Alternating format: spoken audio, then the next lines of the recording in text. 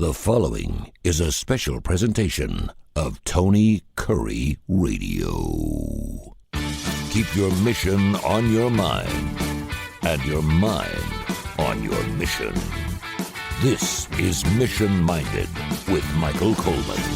I love doing this show here on our Tony Kurre YouTube channel. Just a great conversation, great talk. We should probably have a show, Mission Minded Plus, which is something that we actually talk about that you don't hear us talk about because we have some great conversation before as two men who like to break bread and talk a little bit. We have great conversations before we actually start the recording of this, and then of course we have great shows anyway. Mission Minded, keep your mind, your mission, your mind. This is a business show. And with business come relationships, with emotions, come with love, come with all kinds of different things that come in business. And so anything goes on the show. And info@TonyKurreRadio.net, info@TonyKurreRadio.net. We'll take email questions as well. We just saw a great Super Bowl. We're recording the show here on the Monday after. And everyone, of course, was talking about Taylor Swift and Travis Kelce. Who isn't? I was pleasantly surprised they didn't show her as many times last night on the telecast as I thought they would have. Yeah. But then again, he had 9 catches, but I think he had 1 touchdown pass or catch or did he? I don't know. Anyway, they usually show her whenever he was doing something miraculous. Right. And they didn't show her a whole lot. I don't know if that was because they were like, hey, listen, we've had enough of this. This is the Super. You would think the Super Bowl, which brings a lot of more peripheral ears and eyes, people that don't normally watch the net, because it is a party, you would think they'd show her a lot more. That's what I was surprised about. Anyway, at the end of the game, there was a situation where they were hugging each other, and it was beautiful, and it certainly looks like this is not a conspiracy. And I'm a loyalist. I think I'm a baby boomer, and I came from the days of being loyal, and so I look at that from every standpoint, not only in business, but I look at it in my relationships. I'm an honorable kind of guy. I'm all about propping up my mate and propping up my teammates and my people at work. And there was a really interesting article. It said what I got wrong about loyalty at work from Business Insider. And her name is Aki Ito, and she's actually written some really good articles. She wrote an article several months ago about loyalty, and we actually did a show about this several months ago. So we kind of cropped this a little bit, but talked about the bosses and the boomers and the Gen Xers and the people who have had loyalty in their jobs and their places of employment. And they're like, what's wrong with these kids today? These kids just have no loyalty. They all care about the money, and they'll work for one place for a week, and then they'll split. They'll quit, and they'll take 2 weeks severance. Blah blah blah blah. And then of course you got the Gen Zers who are the younger generation. They're like, why should I be loyal? They can hire me whenever they want. They can fire me whenever they want. They can lay me off whenever I want. It seems like the economy is always constantly changing, and so I never know if I'm going to have a job or not. So that's why I probably should become part of a union, and I probably should have some type of prenup in my tenure, which is something that is relatively new. Now you can actually get paid $4, $5, $6, $7,000 just to take a job with somebody. They have signing bonuses because they can't hold on to people because people can't be loyal anywhere. So let's start right there, because you and I are that baby boomer generation. I remember growing up, if you had more than one job, you were it. You were like, you got more than one job. I mean, to have a job was really, really important. It was really special to have a job. If you had a job you really loved, it just didn't exist. It didn't. I mean, if you had a job, you had a job, that's great. But if you had a job you really loved, what you did was really, really special. Then if you had 2 jobs, man, it was like, how did you do that? Because there just weren't that many available jobs. Now it seems like you can have as many jobs as you want. Let's start there. Just talk about over the last, say, 10 to 15 years, I think this has really changed a lot about how the workforce is looked upon in this country.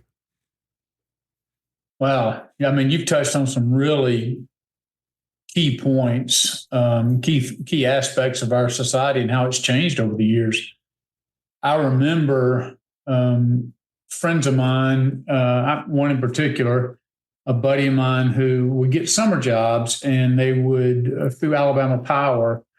And some people went on to school, but he was offered, they at the end of every summer cycle, people who graduated from high school, they were like, okay, we're going to hire a couple of you.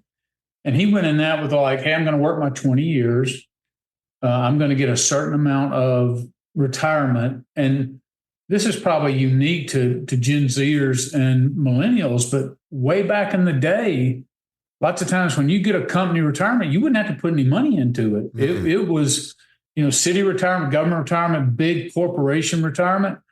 It would be, okay, you're going to get, well, like it is with my military. When I retired at 21 years, but if you retire at 20 years, you get 50% of your pay for the rest of your life without having to put any money into it. So imagine you're like, oh, that's such a great benefit. Well, then you're halfway through that. You've worked with this company for 10 years and you're saying, okay, I'm going to be loyal to this company for another 10 years.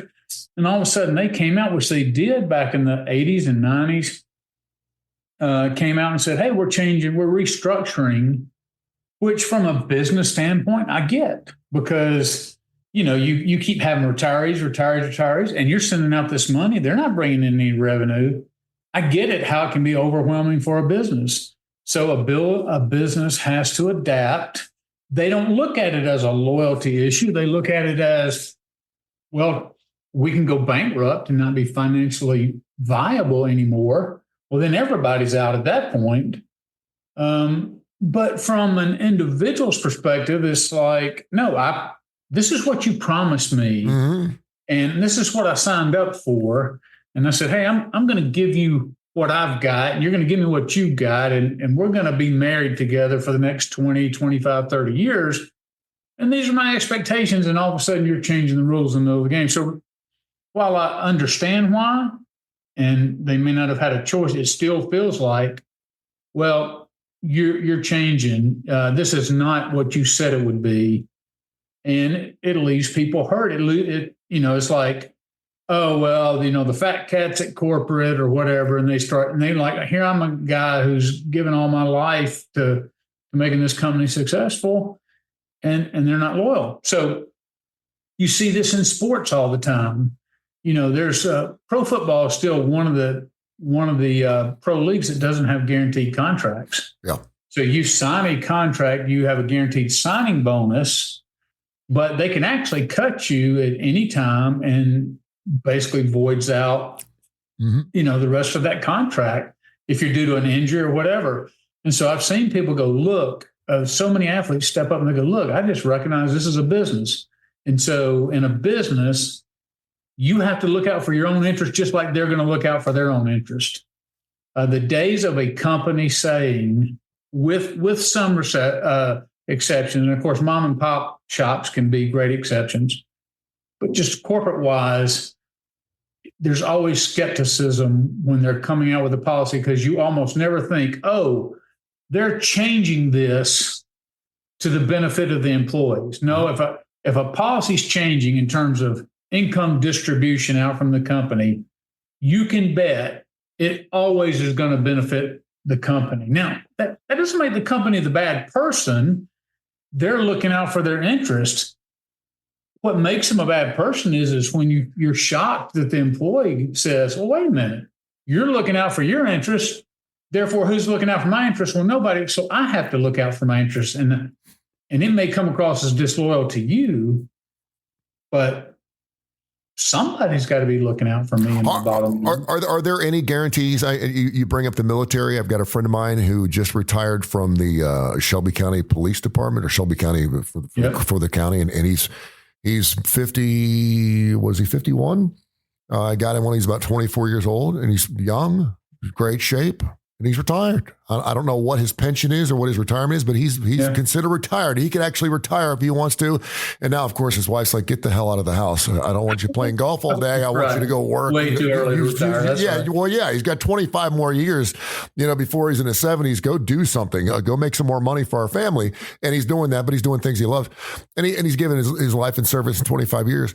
But are there any promises? I've seen it so many times. We'll go back to the Health South days. Do you remember that whole situation?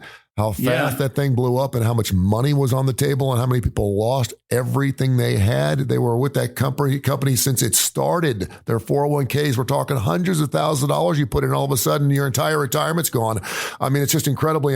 So, I mean, I can understand where loyalty's kind of is out the window. Yeah, 20-something years ago, you had Enron. Yeah. You had WorldNet or World something that was a big telecom company. Boom, the bottom just drops out and all your retirement was in their stocks.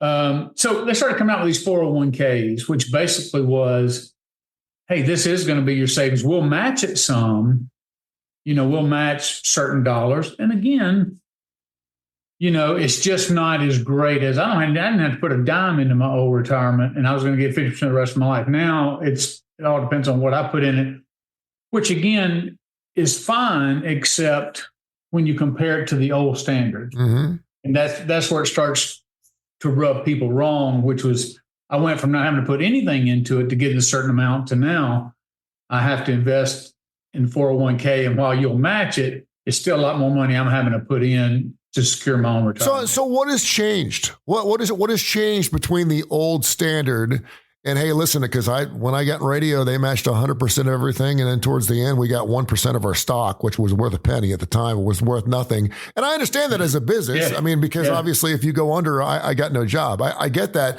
But what's changed, say 2020? Well, you can look at a lot of things that affect Social Security. So people are staying alive longer. And so with a company who goes, yeah, everybody who retires from 20 years, we're going to give you, let's say 50%. Well, now that's great when you've only have one generation of retirees, but now you get two generations of retirees and you keep, and then it's just not financially viable anymore. You just don't have the resources to be able to do that. And so you have to make a decision as a company. Are we going to maintain this standard until we go under, or are we, because to be able to meet that, lots of them would have to price themselves out of the current market of whatever it is they're producing. And so they become non-competitive. And this is a little bit of what Ford and GM go back and forth with. They're trying to do this in people, and they're like, well, look, we're building cars, but we have competitors. We have overseas competitors, and we're vying for all this. And it's all comes down to, well, maybe we can make a car, not sell a car, obviously, but make a car for $15,000. But with the benefits per person and the demand you want, maybe that's cutting $2,000 into every car that's produced to pay the workforce what we have. And so then, in their grand formula, it's not enough. That's what they're vying for, because every penny matters when you're on the scale of a GM or so I don't fault the people fighting in the unions for. I'm not personally pro-union, but I do see circumstances just like this to where you're like, hey, nobody's looking out for us. This company is not loyal to us. So why should we then return our loyalty to the company? It just doesn't make sense. I do want to go back to something where you talked about how there's so many different jobs and people looking today. I bet I've seen this a million times. Somebody, I know of a guy here that was a well-to-do businessman, retired, has plenty of money to retire, but it gets a little bored. So he wants to go be an Uber driver, just to kill some time and make a little money. Now, some people are Uber drivers in retirement, but I've said this probably a million times, but one great thing I've always loved about our country is you don't have to wait for somebody to give you a job. If you have any ability and you want to earn money and you're willing to work, you can almost make money doing anything. I go back to, I was still in the Army. I did half my time enlisted, half my time was commissioned, but I was trying to go to college at night and on weekends and just needed money for books. And I had two kids, but I got up and loaded up my lawnmower on the back of the back of the truck. And I would drive neighborhoods and cut grass all day on Saturdays to earn money. And now they went towards books, but if I was trying to keep the lights on, at the time, that's all I had. I was 25 or whatever, but I was out there humping it. If people want to get out there and work and you have a gift, it's just amazing the opportunities that are out there. And even stuff like work from home opportunities where you can do customer service. Technology today has made it so easy to go out and do things to make additional money. And so that gives the person who's like, well, this company isn't real loyal, and I'm taking a lot of crap from this manager, and I come home stressed every day. Well, what if I worked my time as I took 2 part-time jobs equal this one time, may not be making quite as much, but you know what? I'm a lot happier. I'm on my own schedule. I'm on this. And so a guy just ups and quits. And the company's like, wait a minute, what are you doing, man? We've been good to you. It just rings hollow today where it didn't, 25, 30 years ago as much. Info at TonyCurryRadio.net. Info at TonyCurryRadio.net. We'll take your emails on this topic or any other topic. We also have a show called Bite by Bite, which is a fantastic show. It airs right after this on the TKR app. And of course, wherever you get your favorite podcast, we're available on every major industry right here on our YouTube channel here on Tony Curry Radio, which is doing really, really well. Thank you. He's Michael Coleman, the CEO of course, Heart of Alabama Food Bank. So would you say, and obviously we're talking of tectonic plates, we're talking major big things moving here at very slow paces, and then eventually 5, 6, 7, 10 years into it, and you're like, wow, I can't believe we're actually in this particular situation. Would you say, and it's interesting to look at other economies, right? Because right. I feel like we've gotten lazy here. I feel like we've been lazy here for a long time. Sure. But if you look at other economies, this whole idea, and you talked about this, and you can expound about going into a 4-day work week. And I think COVID really made us open our eyes. And listen, if going to 3 or 4 days, outside the office is going to make us more profitable, then so be it. And you feel like you get more of a family life now. That works for some, and for some it does not. But would you say we're better off now than we were before? You just said something really interesting about if you want to work, and I've got a friend of mine who's disabled. He can drive. He's my age, and he just can't make ends meet, and he's getting disability. He gets a check for $650 a month. And I'm like, dude, someone would hire you.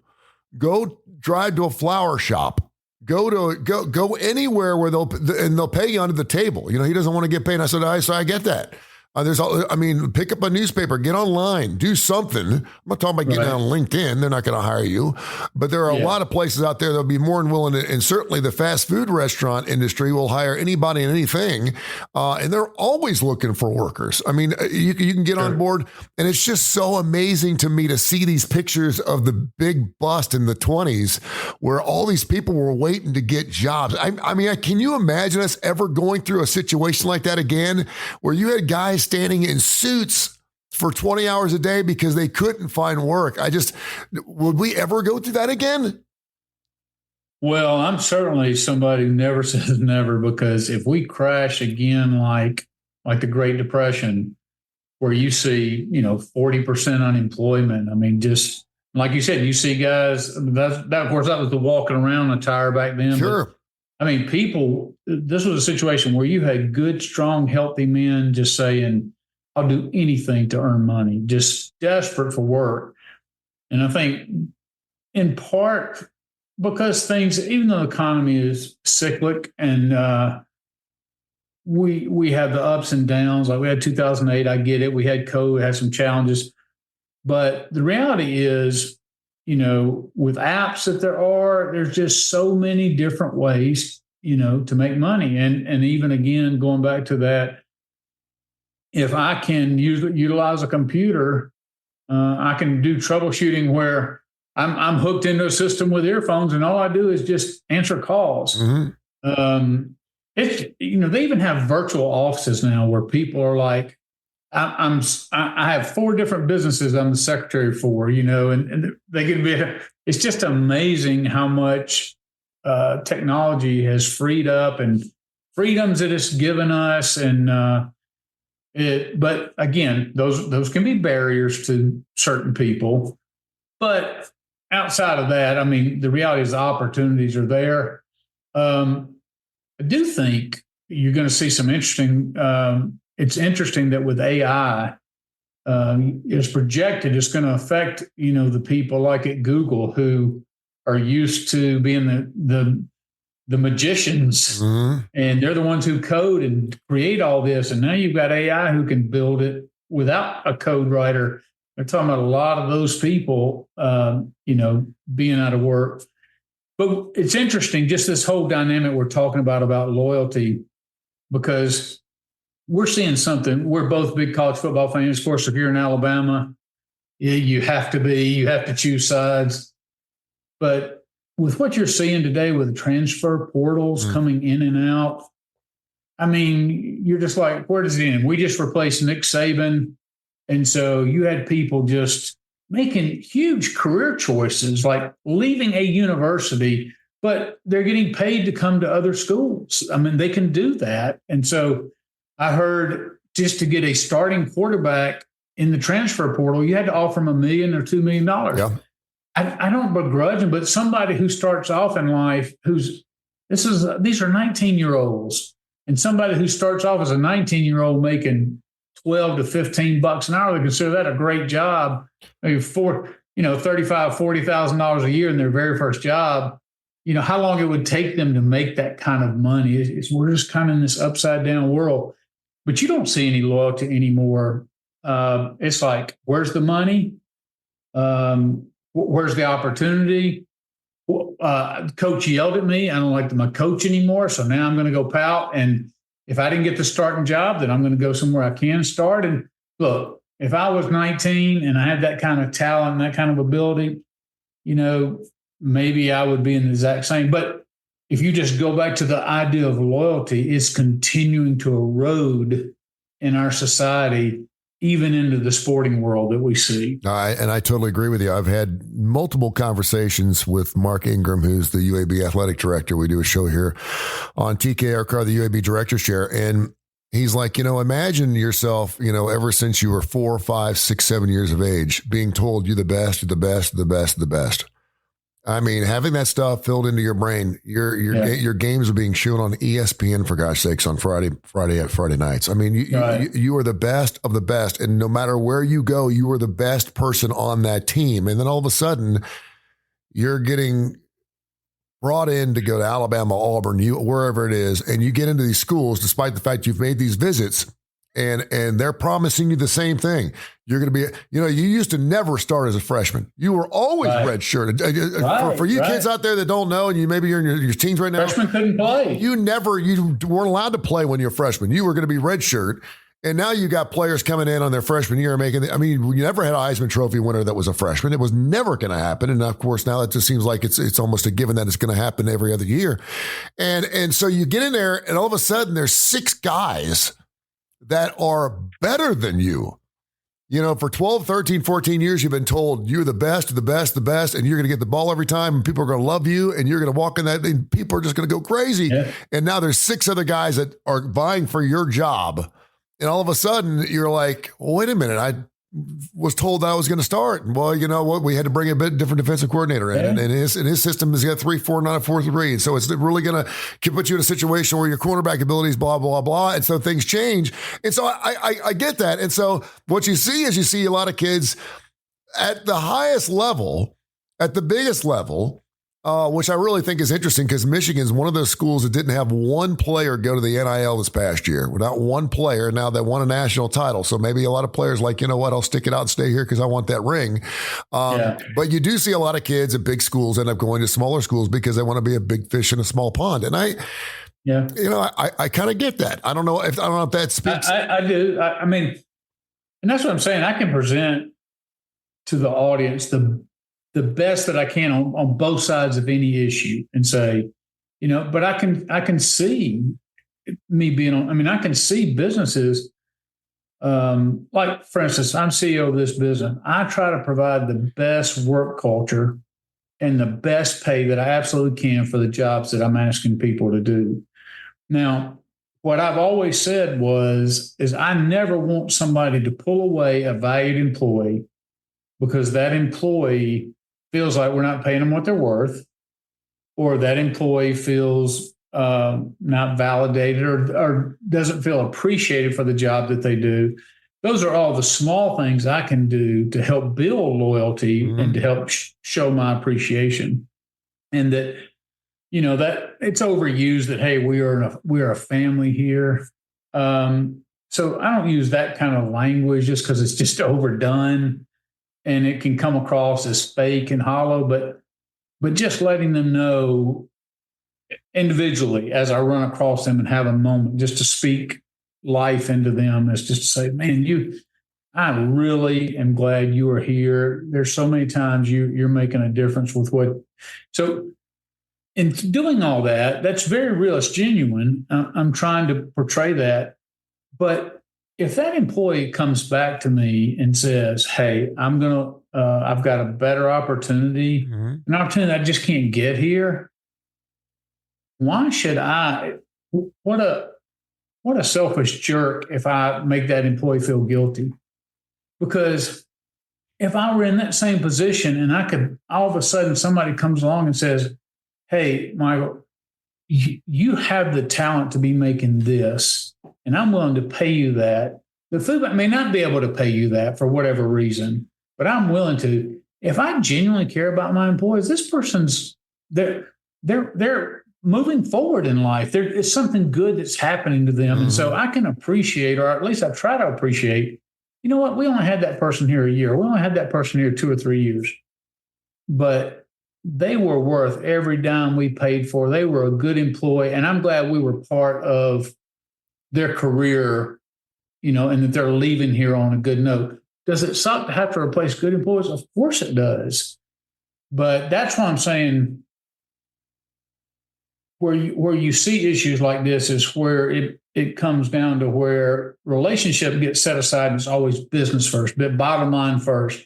And when you run a business bottom line, you should not, these days particularly, you should not expect anybody to come to the table saying, hey, I'm ready to enter into a lifelong relationship.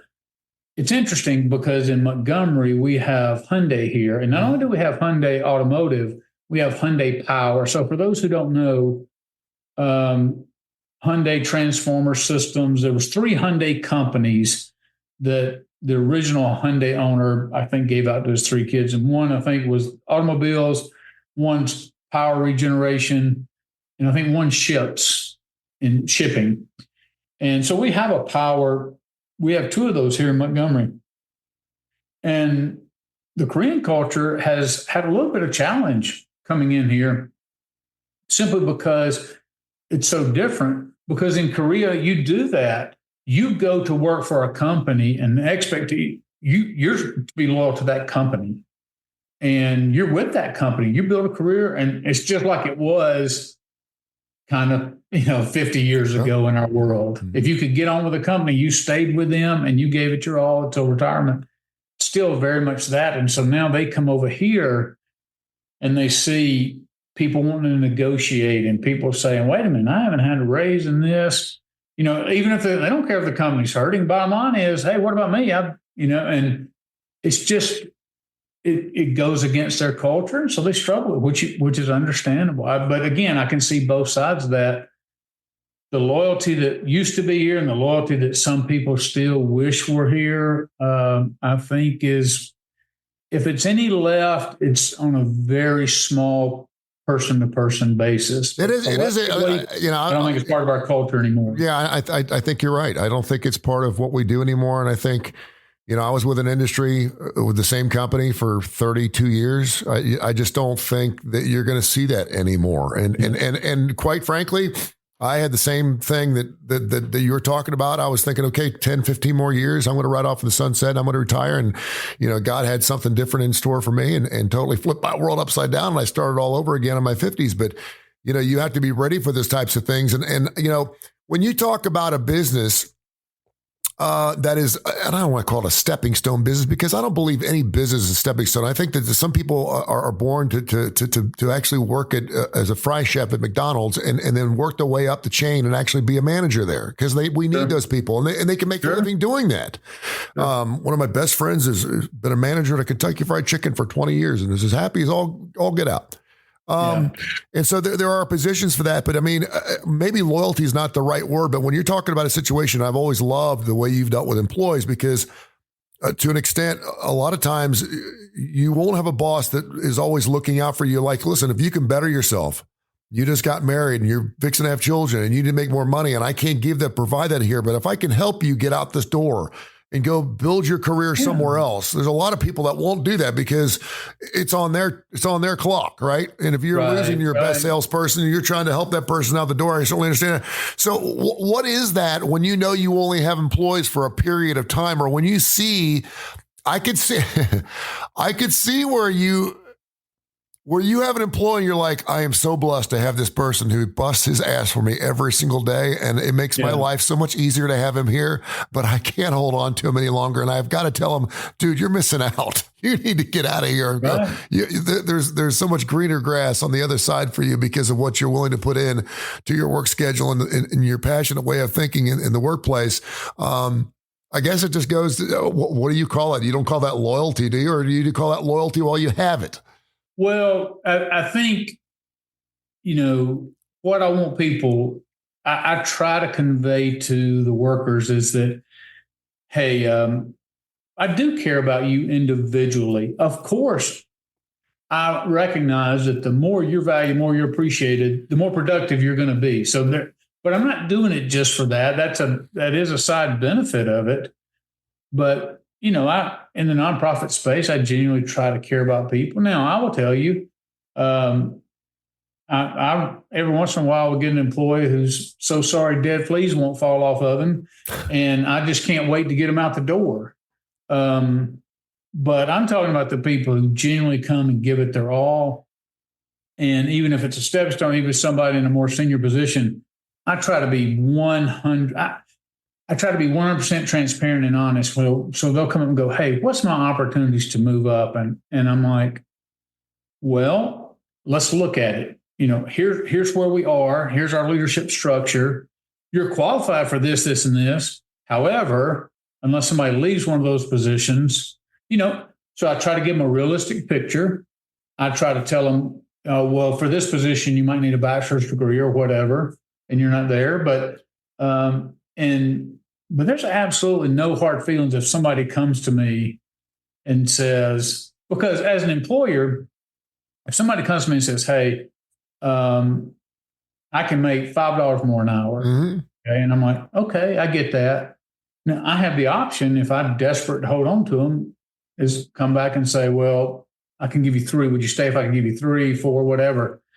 But I tend to not do that. I tend to like, hey, I'm not going to try to emotionally manipulate you to try to stay. Like, man, I've put 3 years into you, and try to tug on your heartstrings. Because, again, if you care about somebody, why would you emotionally manipulate them? That's a very selfish response. Now, I can say, you are so valuable to us. I just want to know, is this solely about dollars? Mm-hmm. Or is there another thing going on that's making you say, hey, maybe it's time to move? Or are you just looking for a change? I just want you to be transparent, because if it's about other issues, I might be able to address, or certainly would be willing to address those to help you stay. And maybe even if it's another, I could look at what possibly, but I'll never let somebody come steal an employee for $1 an hour, because I want them to go, well, you know what? I like the culture here. I'm valued here. I'm appreciated here. I'm not going to go over there for $1 more an hour and be treated like a field hand. Yeah. And so that's what I'm trying to do. I may not can compete if somebody's going to pay somebody $5 or $6 more an hour, but I don't want anybody stealing my employees for just $1 or $2. He's the CEO of the Heart of Alabama Food Bank. I'm Tony Kurre, Michael Coleman, and Tony Kurre, of course, every single week here, Mission Minded. Show runs at least 5 days a week, and we'll link that story from Business Insider to our podcast here, so you can actually read the article and give us your thoughts. info@TonyCurreRadio.net. info@TonyCurreRadio.net. Not one, but 2 great shows. Bite by Bites coming up here next.